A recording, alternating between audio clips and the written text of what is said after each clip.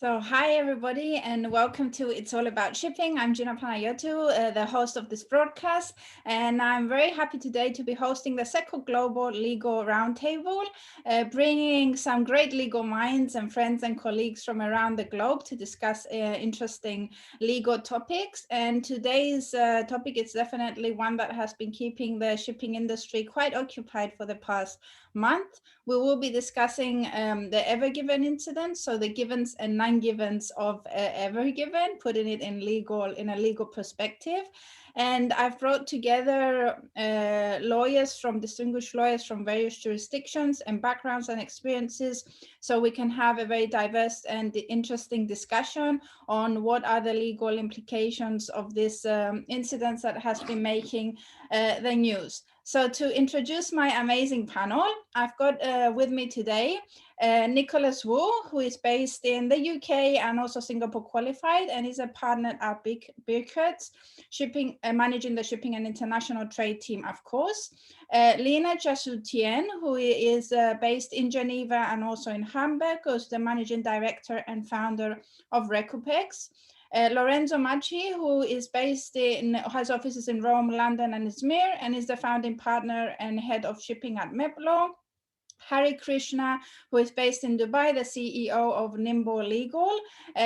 Konstantin Krasnokutskiy, I always have a difficulty with your surname, Konstantin, who is based in Russia, managing partner of Navicus.Law.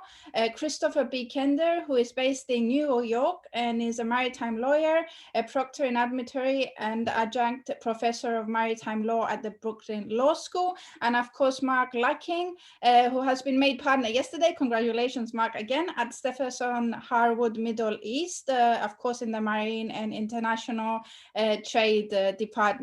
Thank you very much, guys, for being on this panel today. Thank you to the audience for joining. And just, of course, to make a brief introduction, if people are not aware of the incident. So the Ever Given was one of the very great container ships who was grounded in the Suez Canal. It's 400, sorry, let me get the figures here out. So there were, yes, 400 meters long, sorry. Its width is 59 meters, 190 feet foot, 240,000 tons, and it has a capacity of 20,000 approximately containers. So when it blocked the canal, it was quite a crisis for the shipping industry. They managed to refloat it after 6 days.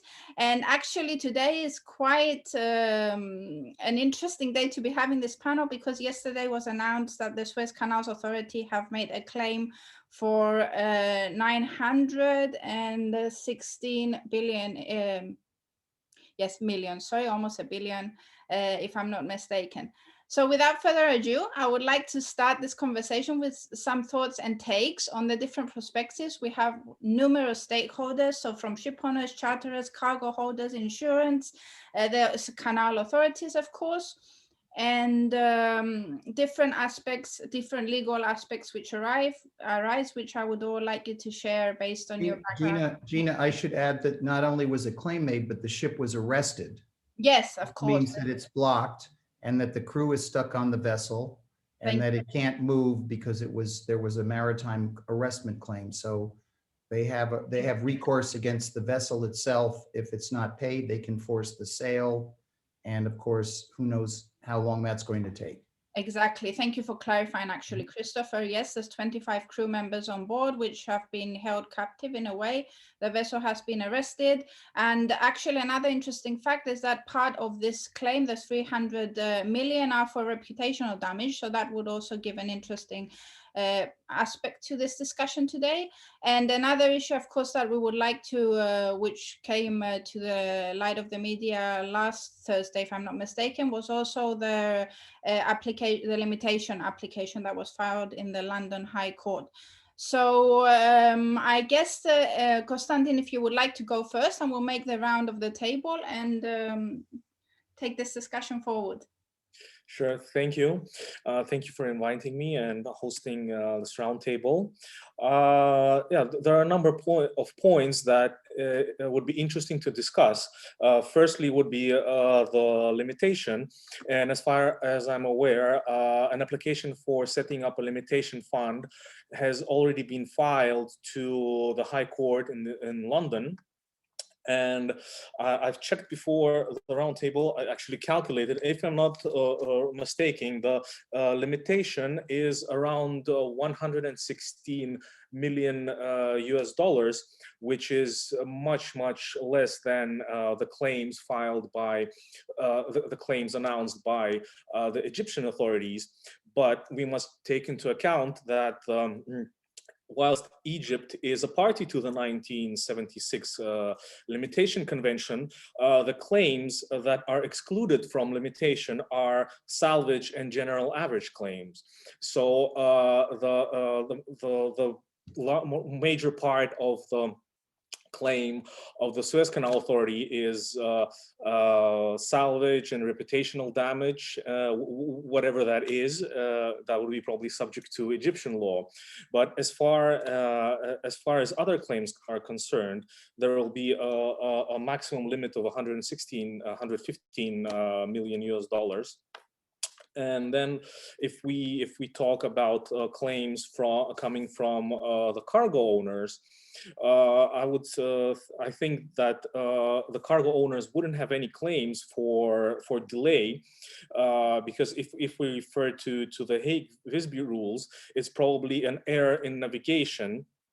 And the rest that won't allow the cargo to claim for damages for delay in the shipments. This is Christopher. I was wondering if any of the bills of lading involved COGSA, the US statute, which would be a similar result in that error of navigation and management precludes liability by owners. And of course, there's a package limitation under COGSA, the Carriage of Goods by Sea Act, which is $500 per package, which would depend on how the cargo was packed. Some cases even say it's by container. So I would agree with you. I think the recourse of assuming the insurers of the cargo will be subrogated to whatever losses occurred, I think the cargo claims are going to be limited. At least they would be under COGSA and probably under most other schemes as well, at least to the package limitation, if not to zero, because it's an error of navigation and management. So I would agree with you on that. I don't know whether any other members of the panel have a view on that, but I think the cargo interest, again, I'm sure the cargo's insured, so it's going to be the cargo insurers who are going to take the brunt of this expense of this incident, at least in my view. Can we just do the round of the table with some general comments before we go into raising the questions and the discussions, just to give everybody a chance to give us the feel and background of what they've come across? Konstantin, is there something you wanted to add on that? Well, probably no. Just the basic summary is the types of claim, and then I suggest we go through limitation, cargo claims, salvage, general average, and discuss some insurance issues thereafter. So I give my word to the following speaker. Yeah, excellent. Thank you. Carrie, would you like to share your initial thoughts on this before we go into raising questions and discussions?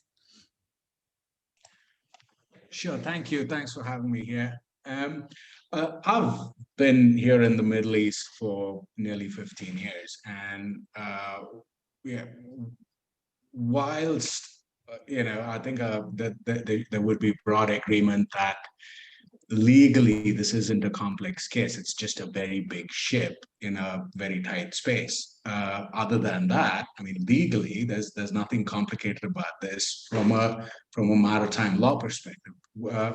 However, from a regional perspective, this is a Middle Eastern court looking at, an issue of great national importance. A large part of the national economy depends on that canal. a lot of people now know what the Suez Canal is, which is great from a shipping industry perspective. But the fact that so many people were laughing about the incident gave rise to a lot of hurt feelings in Egypt. So a lot of what's happening right now from the Egyptian perspective is from the perspective of having been insulted and offended. So reputational damage is a mistranslation. The correct legal concept under civil law in Egypt and in the UAE where I'm based is moral damages, which is basically we were so hurt and offended by all of this, therefore we should be compensated. So I think it's important to recognize where the Egyptians are coming from, that this was quite hurtful, you know, and which is why we had some fairly emphatic pronunciations that, you know, it wasn't the weather, there was human error involved, and so on and so forth, because that again is based on, you know, a historical reluctance to uphold limitation of liability. You know, there's a nearly a cultural you know, expectation that, you know, if something goes wrong, well, the ship owner is at fault. So I'm not saying that's how this will end up being decided, but this is just 2 weeks in and the ship's still there, which again, I mean, even in a very small maritime incident, it's not unusual for a ship to be stuck there for 2 weeks without security being provided. So, you know, the only reason this is so big is because it's a big ship, you know. So I think that should inform our discussion here. Legally, this is not a very complex case from a maritime law perspective.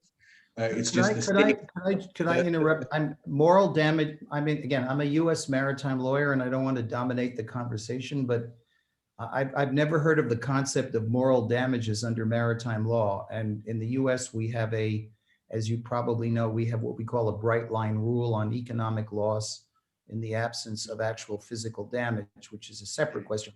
But I've never heard of the concept of moral damages under maritime law. So I'm wondering if that exists under other maritime schemes in other countries, because it's news to me as a U.S. maritime lawyer. It really wouldn't matter, would it? I mean, because as we were discussing just now, the ship is in Egypt, and as long as Egyptian law recognizes that there's a moral law damage. But Hari, if you don't mind my asking, so Konstantin mentioned the limitation action which was commenced in the English High Court. Do you think the Egyptian, bearing in mind that Egypt is a signatory, do you think the Egyptian courts will recognize any limitation fund judged by an English High Court? In principle, there's nothing stopping them from recognizing the limitation fund. But equally, I mean, from you know, whether they are prepared to do so in these circumstances, in this case, A, it's too early to say, but B, I would expect quite a bit of reluctance. Because you know, I mean, we cannot forget the domestic audience. You know, there are you know, there's a huge amount of emotional involvement in this at a national level. But coming to Christopher's point, there is no bright line rule in Middle Eastern you know, civil law states. You know, unlike in the US where you have a maritime common law, there is no such thing here. It's the same set of legal principles. The maritime codes in all of these countries are, you know, fairly similar to maritime legislation around the world. They incorporate, you know, flavors of the Hague-Bisbee regime and various international conventions, deal with marine insurance, deal with limitation, etc. But the underlying legal framework, you know, still allows for claims in tort and claims that are known as claims for acts causing harm. So and that's where you have direct, indirect losses and moral damages, which is what the so-called reputational damage claim appears to be. So in terms of initial thoughts, that's it from my end. I think maybe just to chip in there as well. I think what Krishna was saying, I mean, maybe looking at it through the lens of a maritime lawyer, that the Egyptian authorities have arrested the vessel. My understanding isn't that actually that's what's happened. My understanding is that they've impounded it. So it's not like they're pursuing a traditional maritime claim against the vessel for these moral damages, because as Harry said, the countries over here, Dubai, Egypt, they have a maritime code and they have very defined sets of maritime claims. But so they're not bringing these reputational damages and these giant damages claims against the vessel on the basis they're a maritime claim. They are, as Harry said, they're bringing those claims in tort. And my understanding with the vessel is they haven't arrested it; they've impounded the vessel, which presumably has more of the kind of criminal law flavor to it, for drugs, like drugs trafficking or something along those lines, rather than a traditional arrest of the vessel that we would tend to see. Just one more point. I think the other thing to bear in mind is right now a lot of this is aimed at the domestic audience, but when eventually the Suez Canal Authority has to deal with its international audience, its customer base, by then we will see a more realistic commercial approach, and I think that will eventually happen, because it is a big source of revenue for the country and for the KCA, but it's still a bit too soon. Yeah. I think I would also like to hear, of course, Nick, if you wanted to add something, Lina and Lorenzo, who haven't spoken yet, but the reputational or moral damages is actually one of the main things that I've been reading about over the past, like since the arrest has been announced, because they're actually saying that there's no real legal basis. It's not actually maritime, and there's no legal basis as to what reputational damage has happened, essentially. But yeah, Lorenzo, Lina, and Nick, if you wanted to elaborate or any initial thoughts. Yes, I would like to join discussion. So first of all, I agree with Harry that we deal here with a very specific geographical area, and cargo claims, claims in tort, everything comes together. But we have to understand where exactly vessel owner and ever given vessel managers did mistake in negotiating the entire deal from the outset with Suez Canal Authority. And that's why I really would like to stack on Harry's thoughts that vessel arrest was as a backfire from Suez Canal Authority due to lack of substantive and constructive negotiation from PNI Club and from the vessel side. Here we have to admit that there were some mistakes done, which could accelerate the outcomes if it was a more proactive approach used. Reputational damages is very similar to environmental damages, right? We being abroad attorneys, we cannot really assess or understand the monetary value from the Egyptian standpoint of view, where Suez Canal is super important for their economy.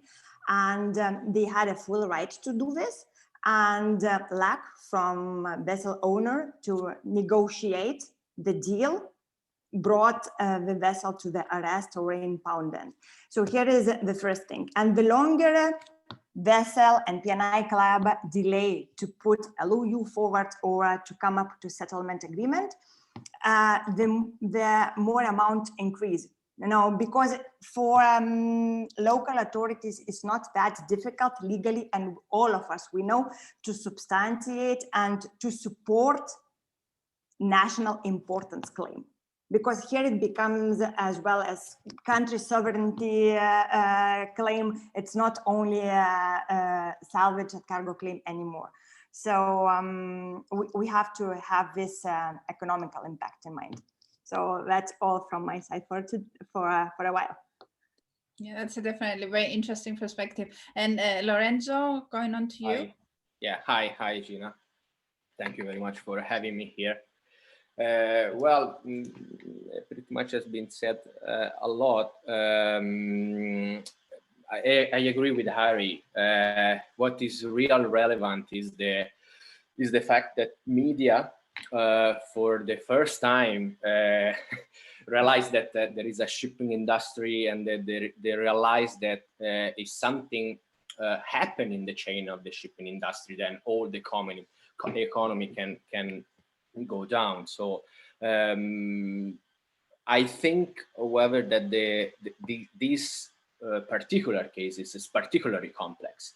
There are the limitation funds, there is the issue related with the general average.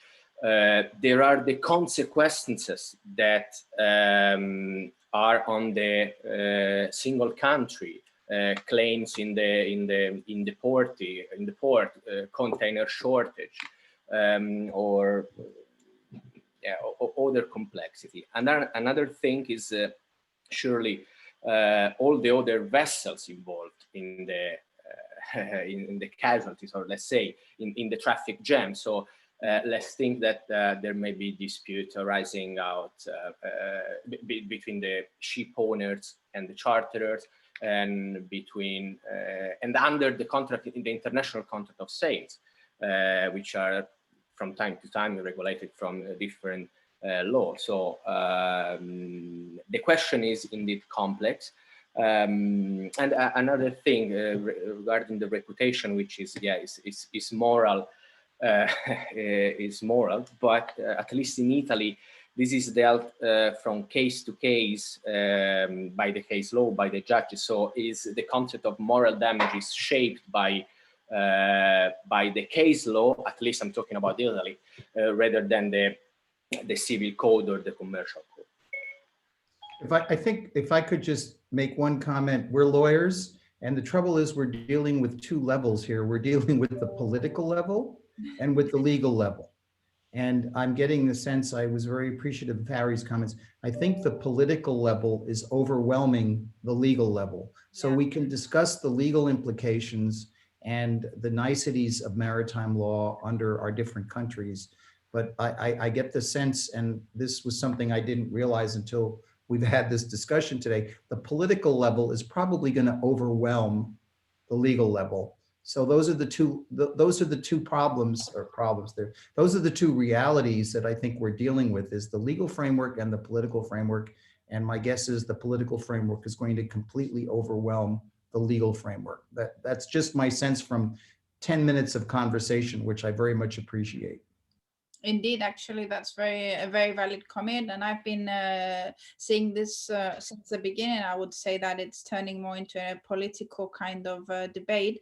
But anyway, nevertheless, we are here as lawyers to discuss some of the legalities. And Christopher, actually taking on from what Lorenzo was saying about the rest of the vessels that were in a traffic jam, you have also written quite an extensive article under US law, of course, on the different kind of charter parties and the vessels in transit. So maybe you would like to chip in on that a little bit, and then I'll give the platform to Nick and Mark to elaborate with their initial. Well, again, as I mentioned, I think this is going to be more of an insurer issue than a cargo owner or ship owner issue. I think the P&I clubs and the cargo insurers are going to be the ones that are most effective. And as I think I mentioned in my article, US has a bright line rule, which I'm sure everybody's heard of, the Robbins dry dock case, that famous Supreme Court case from the 20s, where if you don't have physical damage, pure economic loss is not recoverable under US law. There was another famous case called the Test Bank. It was a chemical pollution of the Mississippi, and it was closed. And all these businesses that didn't suffer actual physical injury, they weren't polluted, they weren't contaminated, but were required to close, were not allowed to recover under this maritime rule. The theory being, where do you draw the line? How far back do you go? Is the travel agent in Minneapolis, Minnesota, who specializes in trips to the Mississippi and loses money because the Mississippi River is closed, going to be able to recover? On maritime law in the US likes what we call a bright line. They want to draw the, so under US law, and again, I have no idea what the rules are going to be under the scheme here, none of those vessels that were delayed are going to be able to recover under what we would call third-party insurance. They would not be able to recover against the ship owner. Now, they might have their own independent interruption or delay insurance, which is first-party insurance, which they might be able to get money for, but then those insurers would not have much of a right against the ship owner. So, and I agree to some degree, it's not that, I think general average is complicated and I don't understand it myself completely. But I think from a general perspective of liabilities under US law, the vessels that were delayed and blocked in the traffic jam, they would have no recourse other than against their insurers if they have delay cover.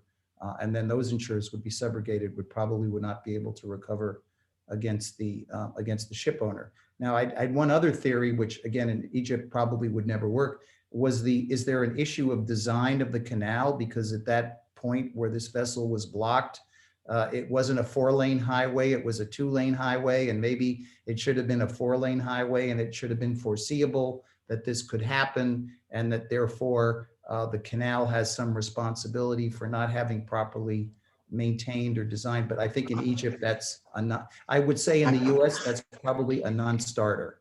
And now thank you for asking the question. Yes, so sorry to interrupt, but I think the short answer is there's nothing wrong with the canal.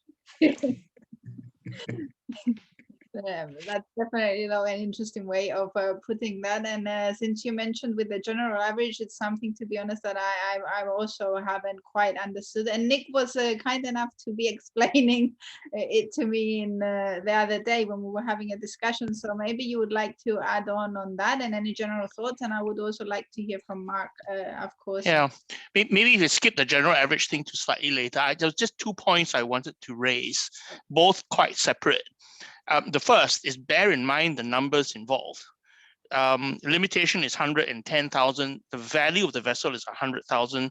The claim is over 900 million. What I'm basically saying is that, and also don't forget the insurance. Yeah, the club's pool reinsurance only goes up to 10 mil. Anything above that has to be reinsured. At 900 million, even if they cut it by half, it's still 450 million, way above any figures, and would do untold damage, frankly, in the marine insurance industry. If the canal was serious, we were talking about this earlier before the streaming started. If the canal was serious, because the ultimate group owner, Shoen owns over 50 vessels. And unfortunately, they have gone on the record saying we own the vessel. So I've looked at Shoen's shipping list, and they own a huge number of box ships, large box ships as well, all of which presumably, or some of which presumably will have to pass through the Suez Canal. Yeah, unless of course they decide to go around the Cape in the future. So you have that one dark picture just to sort of paint. And the other is actually non-legal. Gina, you mentioned 27 crew held captive, and that's a very emotional word. The crews being stuck on ships while they're under arrest is nothing new.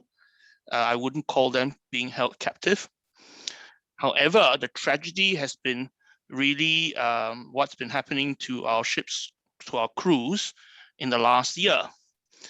And I read an editorial rightly lamenting that the industry didn't use this opportunity when the world's media was on shipping, as Hari said, to talk about the plight of ships' crews because of the pandemic, because they have been, the poor chaps have not been able to disembark, have not been able to transport because of individual countries' policies. And Mark O'Neill, who's an old friend of mine, who was at the Intermanager Conference, was lamenting that IMO couldn't do anything. It was completely hopeless, with respect to IMO. This is Mark O'Neill's words, not mine. But the point of it is that it's an opportunity wasted in the shipping industry for not bringing the world's attention to the plight of ships' crews worldwide. Not the ship. This ship, I suspect, they should be okay. They're not and of course the Japanese owners and Taiwanese are well known for looking after people when they can. So I wouldn't say they're captive, but those were the only 2 points I wanted to raise at the moment. I agree with you. I just use the word because of this extra sensitivity with the crew change crisis, obviously, and the emphasis that should be given to crew. So in that context, it does take on a deeper meaning, I would say. Nevertheless, the ICS has tried. I mean, I have seen the statements by Guy Platen. He has tried to emphasize in every press release in respect to the Suez Canal, the situation with the crew crisis in general. But I think it's just something that unfortunately the media doesn't find so interesting. It's much more interesting to say huge ship blocks canal than the crisis with the crew. Mark, some thoughts from your side also before we do the rounds again? Yeah, so I think one thing maybe we haven't touched on much is the impact on the chain of ships either side of the canal.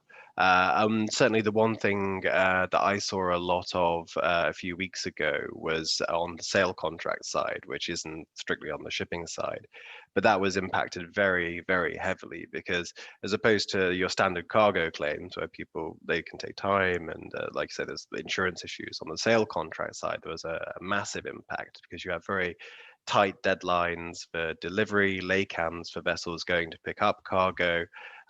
So a couple of the big issues I dealt with there, which will lead to ongoing litigation, is on that side of things, and that had an immediate impact. And one interesting thing we saw there, both under the sail contracts, under the charter parties, is whether you could invoke the force majeure clauses, which is something I'd imagine we'll spend a bit of time talking about today.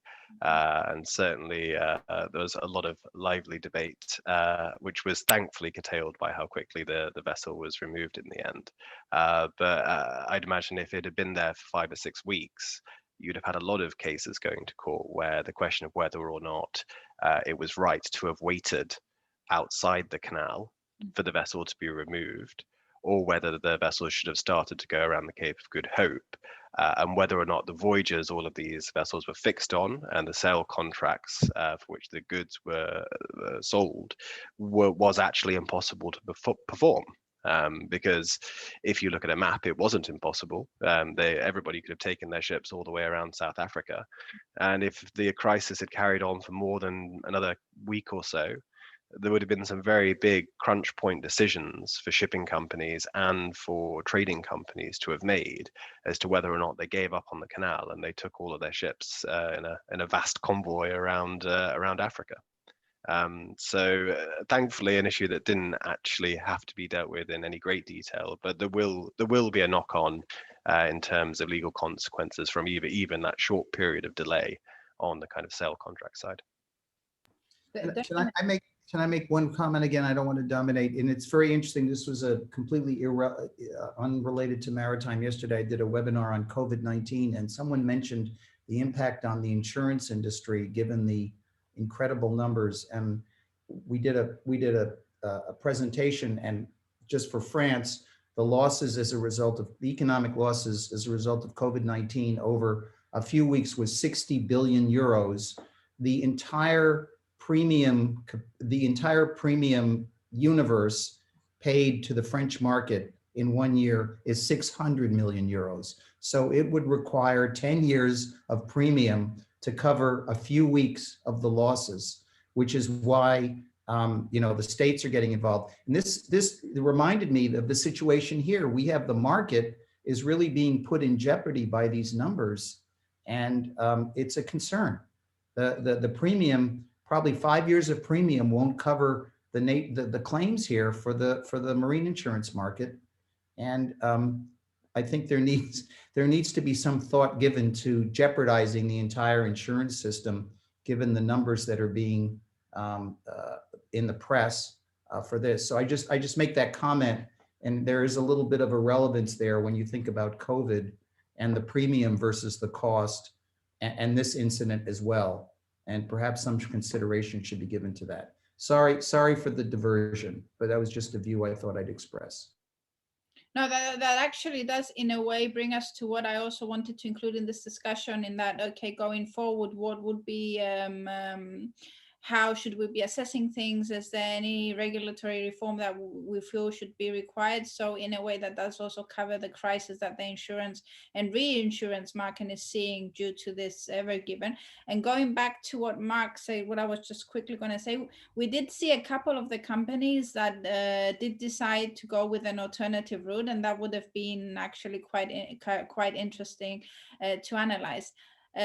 So I think taking in mind also the time limitation, because this is a discussion that we could be having for hours, I am positive, but I would like to get your take also in more detail from your individual experiences in this respect, and also some thoughts on going forward and any reforms you would see. We also have some discussions on the size of the vessel, and do we have the infrastructure in place to be supporting this kind of incidents in the future. So let's start maybe from Lina again and take it around to the table. I would like to discuss about cargo interest side. So, of course, we have been hearing a lot that cargo on board of vessel is intact, but with every day passing by, reefer cargo started deteriorating, and these importers should be not only preparing to pay insurance contributions to general average fund, but also assessing their losses and to see if there are ways for them to reduce their contribution, assessing cargo damages. Do importers need to panic? No. Vessels, post-Panamax vessels as well, have been sailing through Suez during last decades, and of course there were casualties, nothing at this scale, but importers shouldn't start panicking that it will become usual business practice. Do they have to start insuring every container they ship? Of course not. It depends on a business case, it depends on commodity. So my approach here is very practical. Industry standards for simple importers shouldn't change, regardless of the volumes, regardless of the business size or countries they are operating. What they can do now, they should prepare operationally. Delays will occur to receive cargo in European ports or United States. You should assess your supply chain, see what the contingencies you can make, gather documents, essential documents to submit to general average adjuster, see if cargo survey will be necessary, but most importantly, don't panic. Better to focus on what next, how to adjust supply chain, and move forward. Thank you very much, Lina, for that. I'm just actually seeing that we've got some questions from the audience, but let's make the rounds again and we'll conclude with Q&As. Harry, would you like to go next? Thanks, Gina. Yes, I'd love to. Let's do a bit of a thought experiment here, right? The 900 million has caught everyone's attention. Now, let's break that down. My understanding is the Suez Canal generates $5 billion a year in revenue, right? So $5 billion a year does not work out to 900 million for 6 days. For 6 days, if you take, I just ran the numbers earlier today. For 6 days, it works out to about 82 million. with another 10% thrown in for moral damages or whatever, you're looking at 90 million. So, but 10% of what this number is. Assuming that there was a loss of 14 million a day, except that money wasn't lost because only about 20 ships went around the Cape. All the other ships just waited and then paid their Suez Canal dues anyway.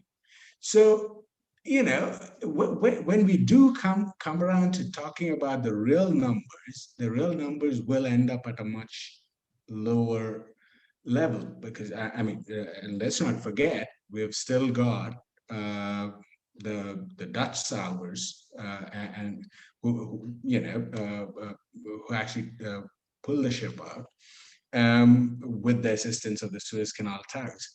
So once we add all this up, I think the actual numbers will look a lot more rational and reasonable. But coming back to the political side, we've got a Japanese ship, Bernard Schulte Ship Management. We've got a Taiwanese charterer. We've got an entirely Indian crew. And let's not forget, all 4 countries are good friends of Egypt.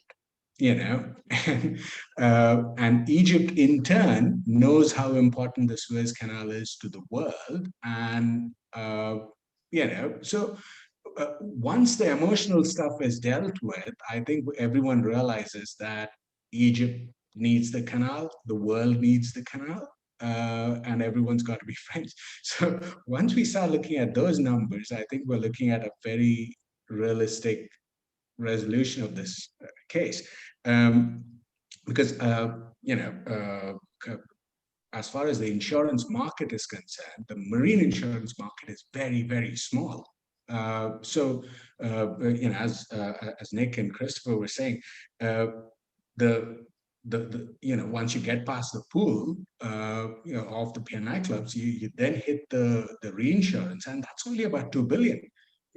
So even at 100 million, this is like 10% of the entire marine insurance market. So I think better sense will prevail once everyone starts looking at the real numbers. But I think that will take a bit of time, because you need to get to a point where everyone's talking about real numbers and not just I'm angry, so I'm going to throw some numbers at.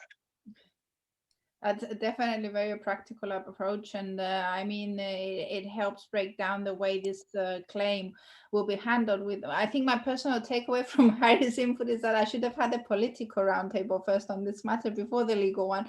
But having said that, we've also have a captain that confirms that you can pass through the Suez Canal with no problem in the audience. And also on Mark's comment, they have said that actually Evergreen was one of the first companies to divert a vessel, which I had not seen. There's some more questions, but we'll take them later. Christopher, your take? I think I've dominated the conversation too much already. I will pass to some of the others who haven't spoken as much, and if there's time, I'll be happy to address the question. Well, feel free to add any comments. This is an open discussion after all. I will, but a couple of other participants haven't spoken that much, so I will, as they say, I will pass on this. Okay. But you can come back to me. Okay, definitely with the questions, definitely. Konstantin, do you want to go next? Yes, thank you. I want to try and answer a question probably that worries most of the people, and primarily worries the ship owners. When will the vessel sail? And to answer this question, I want to first distinct the maritime claims and the limitation fund in London and the claims in tort under Egyptian law. And we've mentioned before in the discussion that the club did not provide a timely and letter of undertaking. Well, maybe the club, certainly the club offered a letter of undertaking, but why must the Suez Canal Authority or the Egyptian authorities accept a piece of paper, well, a reputable piece of paper? They might simply say, no, we will keep the vessel as security and read that as a hostage. And the claims that the Egyptian authorities have, they're subject to local tort law. So I think there will be a big bargain in terms of the compensation to be paid to the Egyptian authorities. The Egyptian authorities can get a local court judgment, and as the issue is political, the courts will probably be very protective, and they can get a judgment from the local courts for 900 million or 500 million or whatever amount they will put in their claim as reputational damage and salvage and damage to the canal and so on. But how do they enforce this judgment? Well, they have the vessel. The vessel with the cargo is estimated at least at 500 million, but they cannot enforce it against the cargo. They can only enforce it against the vessel. How? Well, they can judicially sell the vessel in Egypt. Will there be a buyer buying this vessel for, say, 100 million at an auction? Well, the answer is no. Nobody would want to buy that vessel with all those problems.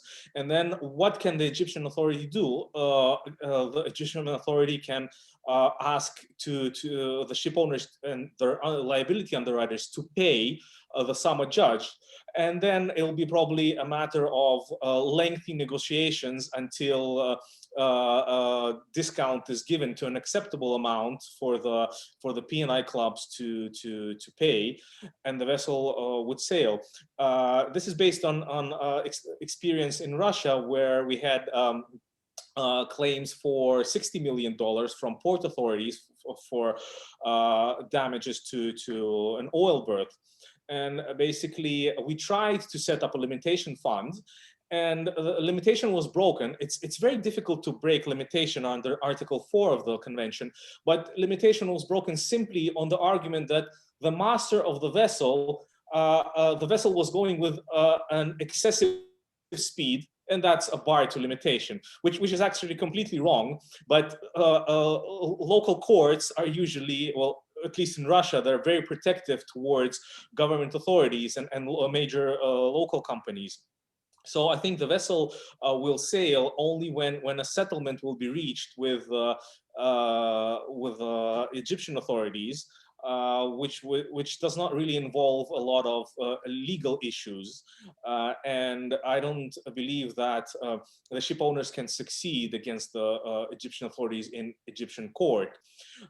And the rest of the claims are maritime claims. Yes, we have the limitation fund in London, and then a general average. The estimate is the vessel is worth, say, 100 million, and the cargo worth say 400, 500 million or more. So a major part of the salvage costs will have to be compensated by the cargo interests, the cargo underwriters.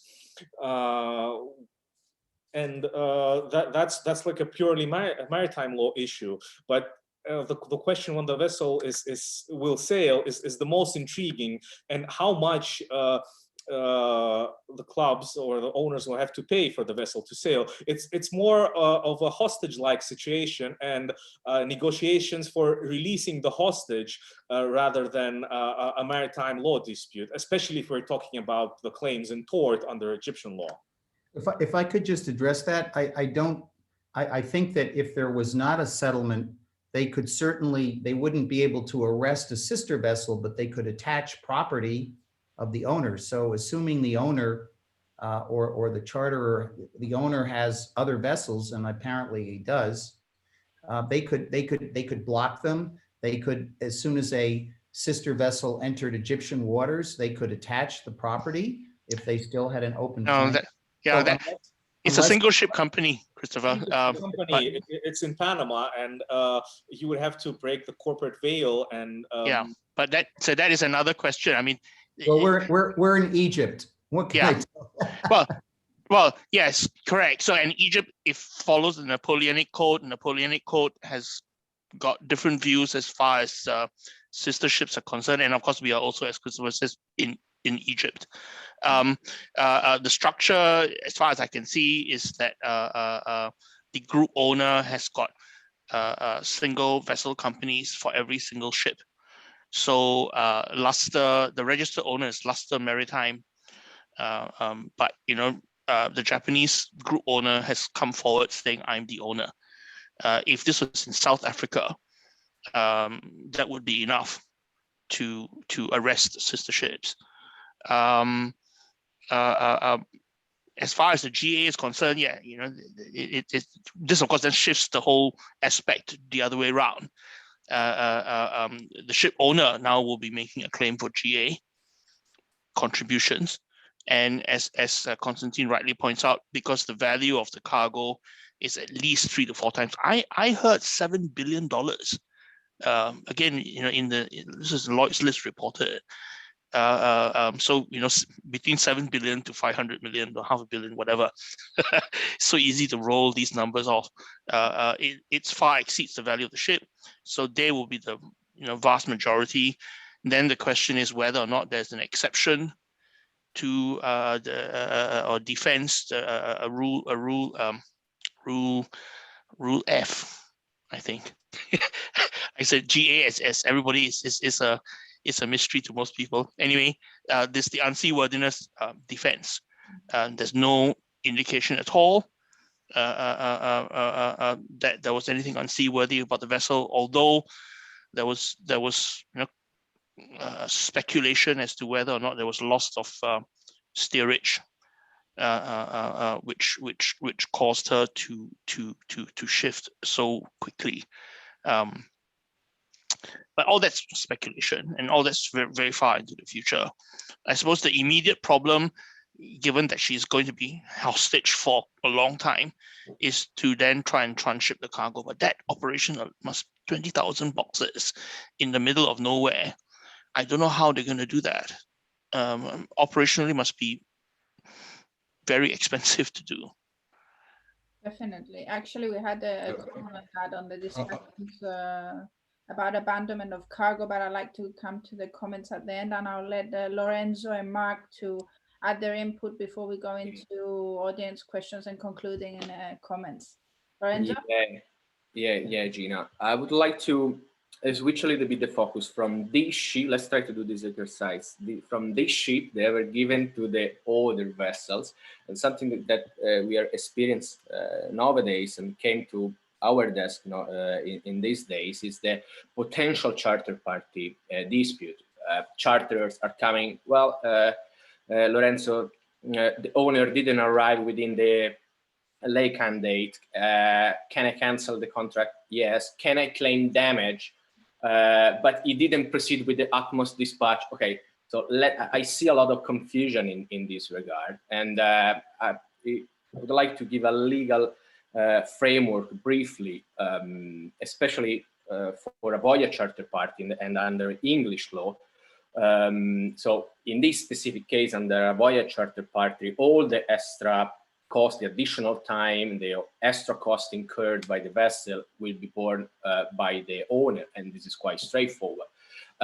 Another straightforward aspect is that the charterer will be entitled to cancel the charter party if the laycan is not met due to the blockage. However, this doesn't mean the fact that the owner doesn't arrive within the cancellation due date doesn't automatically give rise to a right to claim damage against the owner. This is a very important concept under English law, the distinction between cancellation clause and breach of contract. Under English law, owners do not have an absolute duty to arrive on time. Just if they don't arrive, the charter can cancel. However, owners have a very obligation. There is an implied condition under English law that the owner commence the approach voyage on time. So when it's reasonably certain that the vessel will arrive at the port of loading by the cancelling date. So this is what the charter has to look at, whether or not the charter started the approach voyage. And then if he didn't, then he can claim damage. He can claim the termination of the charter party and claim damage for it. And finally, there is another implying condition. Once the approach voyage is commenced, then the owner has to proceed with the utmost dispatch. Now, it doesn't seem to me that the blockage and the delay due to the Suez Canal blockage can amount to a breach of these terms. So that was, sorry for the technicalities. No, I mean, that's what we're here for, to break the technical aspects down and hear your different perspectives. Because I saw there are, especially within who is not familiar with charter party dispute and English law, there is a lot of, the LA Can is the is the date where I can do or I cannot do whatever I want. So I think English law drawn a clear distinction on this, and it's of utmost important because we are expecting many disputes, many claims for a breach of charter party. Definitely. And Mark, your take on that? I think we've covered quite a few things quite well. I thought the Egyptian courts got a bit of a rough ride from everybody else on the panel, whether fairly or unfairly, and they certainly have their issues. But I thought one thing that we haven't discussed, which I think for the panel and everybody listening would be interesting to have a quick chat about, is that obviously by going through the canal, you undertake to follow the rules of navigation of the canal. And as you can imagine, they're pretty extensive in terms of the exclusions of liability, not just for the Suez Canal Authority, but also they provide the pilotage for the vessel when it's going through the canal. So technically, the pilots of the Canal Authority were taking the vessel through the canal itself, but that's all excluded. So everything remains with the owner themselves. So if there are proceedings, which there highly are likely to be in the Egyptian courts, it's not a case necessarily the Egyptian courts not being particularly good, but it's a fact that the ship owners have excluded the canal's liability quite significantly through the sheer use of the canal itself. So whilst it might be an easy thing to bash the Canal Authority, contractually they're probably in a very strong position through the basis of the rules themselves. And as we've also briefly covered, then there's also a fairly broad approach to the damages that are recoverable in tort as a matter of civil law. So it won't be surprising if a very significant judgment is obtained, and it's not necessarily a political thing. It may well be just the application of the legal position under Egyptian law. Yeah, interesting. It would have definitely also had been quite enlightening to have an Egyptian lawyer with us, but as I mentioned before we started, it proved quite challenging at this stage. Thank you very much for that input, Mark, and everybody. As we're approaching our, unfortunately, closing of this discussion, because we are already running over time, but I would like to hear some final comments and just read some input, I guess, from the audience. One of the things they said is here, I mentioned to the CTL of the vessel and abandonment of cargo. It's addressed to Nick. I think he's kind of touched on it, but any further comments would be more than welcomed. And we've also got here an interesting rather question, I would say, on how the owners and charterers in the future might consider this cost or create some kind of a fear or reluctance in going through the canal. I think that's a bit more technical and commercial, but from a legal perspective, it would be good to know, is there anything they can do to mitigate the risks of this kind of incidents going forward? So let's make a final round with some brief comments and concluding remarks from everybody. Christopher, would you like to go first since you passed the previous round? Sure, of course, thank you. And to get back to Hari's point about the numbers, I go back to my view that there's two levels to this, and I think the political level is driving the numbers. And again, I'm not an Egyptian lawyer. I have no idea what the rules are, but I do agree that there's gross exaggeration. And I do think, and with all due respect to the Egyptian government, they have to keep in mind that the insurance market, if there's no insurance market, there'll be no traffic through the canal, and there'll be no traffic, and the system could collapse if it's overwhelmed by grossly exaggerated claims. And I go back to the COVID idea where we've got 60 billion euros of losses. Total premium for the year in France is 600 million. This is beginning to sound a little bit like the same thing. So I do think that the government should take into consideration, and with all due respect, that you don't want to basically jeopardize the entire market and the system for political reasons. So that's my general view. I think people have to be a little more measured and think about the long-term impact of grossly exaggerated, crazy claims that are being asserted for political reasons versus making sure that the system as it exists continues, that vessels can continue to get cover, P&I clubs can remain solvent, and the alternative, I guess, is everybody goes around the horn, doesn't use the Suez Canal, and those revenues that are lost would be much more significant than what's been lost in this situation. I think the point was made. The vessels did end up going through, so the lost revenue claim to me seems rather exaggerated. That's just my view, because they are going through and they are paying their dues. So I think the government should take a little more of a long-term perspective so that the markets can continue and the shipping industry can continue with insurance. That's just my general view. Definitely, well noted. Nick, you're on mute. Yeah, my bad. Yeah, no, the numbers are so big. They would have to climb down 90%. Even if they climb down 90%, it's still 100 million, and 100 million is close to the value of the vessel. So the numbers we are talking about are staggering. And one hopes that everybody sees sense. And that's all we can do, is just live in hope in that respect.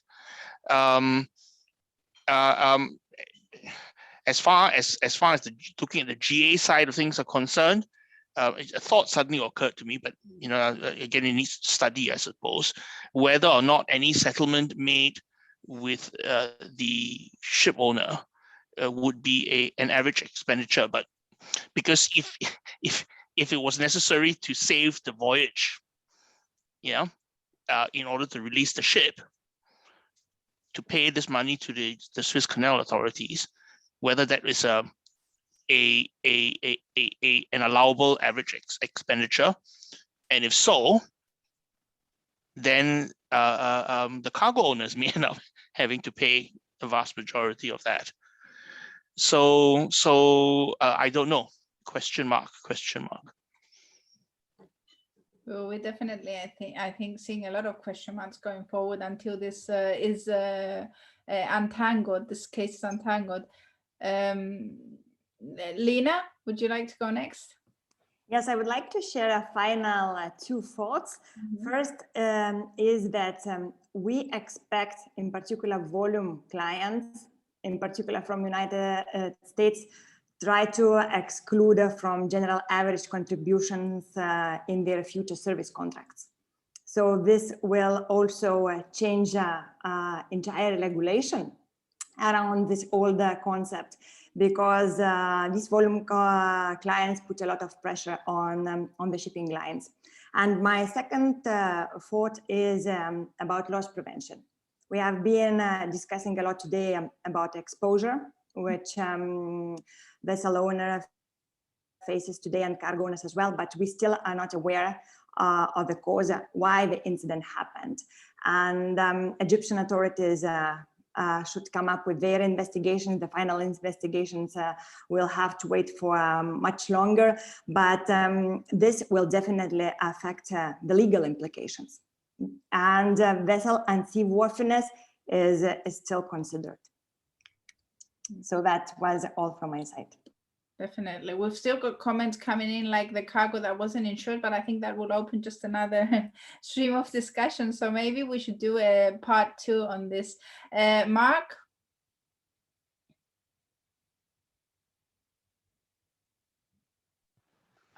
Yes, I mean, I think you're probably going to be finding a new Suez Canal clause cropping up in time charter parties and voyage charter parties quite soon.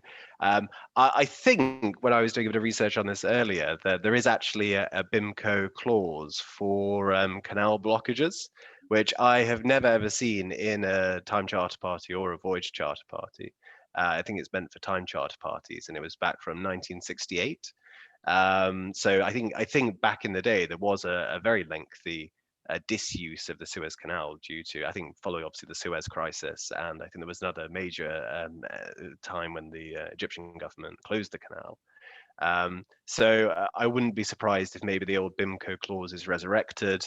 Essentially, that permits if a blockage is going to happen before loading, then owners can require a different route that charterers can nominate if it's expected that the blockage will last a certain period, which you have to insert in the charter party itself. So yeah, I wouldn't be surprised if people start digging around and in the trade between the East and West start putting those kind of clauses back in to make sure that the situation is relatively clear, because as I said earlier, the standard concepts like force majeure struggle to apply in these cases, and the other concepts such as off hire and stuff like that tend to fall on the side that they don't fall within those clauses. So yeah, I would imagine people will be dusting off their charter parties and having a bit of a think about things going forward. Just when everybody thought that after COVID with the force majeure clause elaborating on that would be providing full coverage, something new just came along. So definitely that's something I believe, I agree we will be seeing. Konstantin, Lorenzo, and then Harry. Yes, I'd like to raise a point that was picked up by the Russian media and Russian authorities at time of the incident. Everyone said, well, look, there is an alternative route. It's the Northern Sea route. It's 30% shorter from Shanghai to Hamburg. And from Yokohama to Hamburg, it's more than 50% shorter.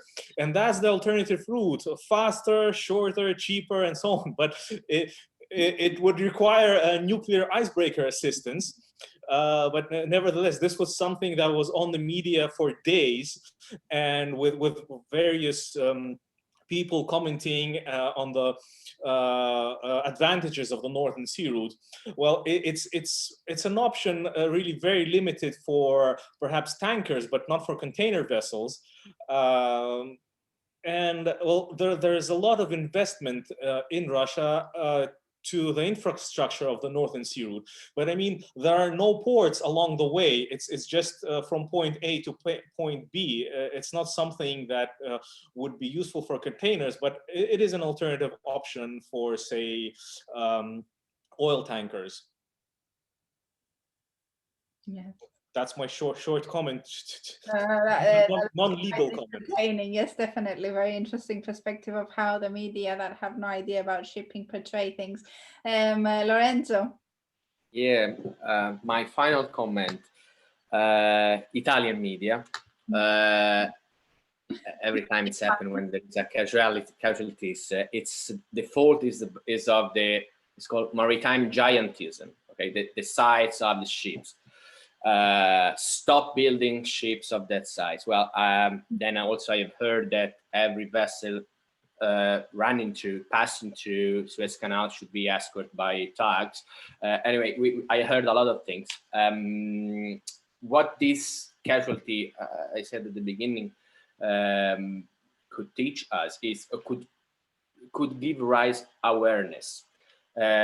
Awareness and not give up and continue to do a lot of prevention, implementing safety measures for the ship, for the seaworthiness of the ship. So we hope that this is an occasion to continue in this route. Definitely. Thank you, Lorenzo. And Harry? Last but not least, of course. Thank you. Just a couple of thoughts. I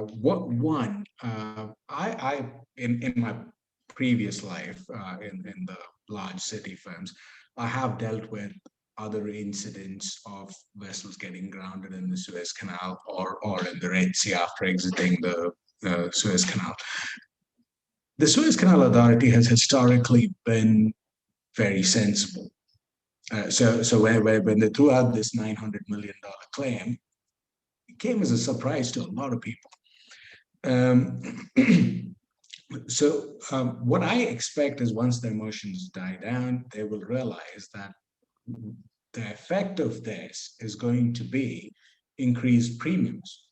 It's going to drive up shipping costs for everyone, and the Suez Canal will not necessarily benefit. Going to be because ultimately, I mean, what the US dollar is to the global economy, the Suez Canal is to the shipping industry. You know, you need the Suez Canal to be inexpensive and cost effective.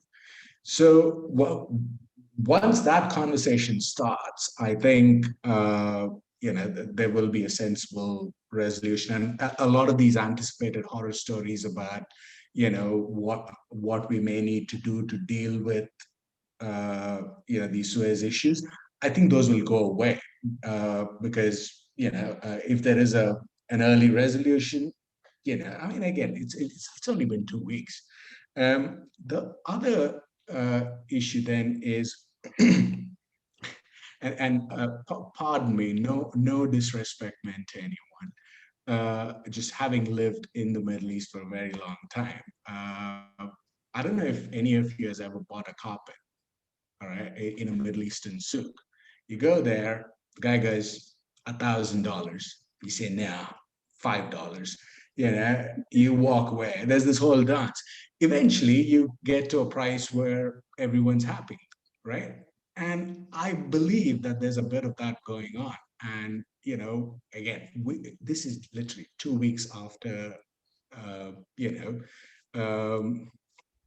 the vessel was refloated. The thing to remember is this ship sitting there in that lake is of no use to anybody. If the Suez Canal Authority is not prepared to accept, the limitation numbers, ship sits there. What good is it? There are no cranes there, no gantry cranes of any size, let alone the size required to offload 20,000 containers off this giant ship. And if they, I mean, again, horror story, if they confiscate this ship, expropriate it,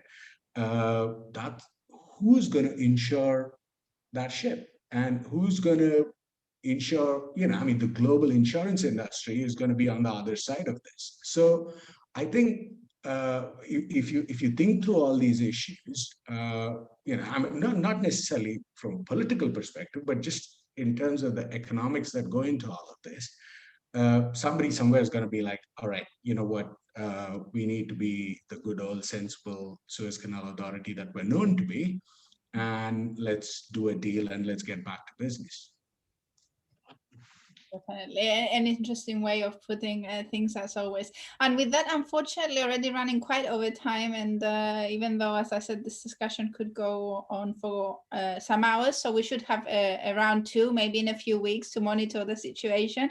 But I would like to thank all of you for being here today, and the audience, of course. Konstantin in Russia of Navicus.Law, of course. Harry, who is Nimble Legal in the UAE.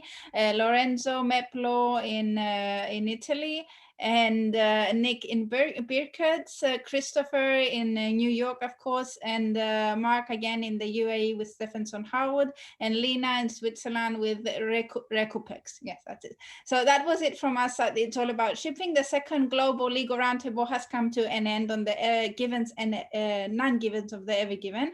I think we have had quite an insightful discussion, and we will renew our date at some point to discuss the matter further. And I would also at this stage like to thank the supporters of It's All About Shipping, the NAS Group, Oceans Arena, Slide to Open, and of course the World Ocean Council. So thank you everybody, and stay tuned for our next global legal roundtable within the next few weeks. Thank you. Thank you, Gina. Thank you.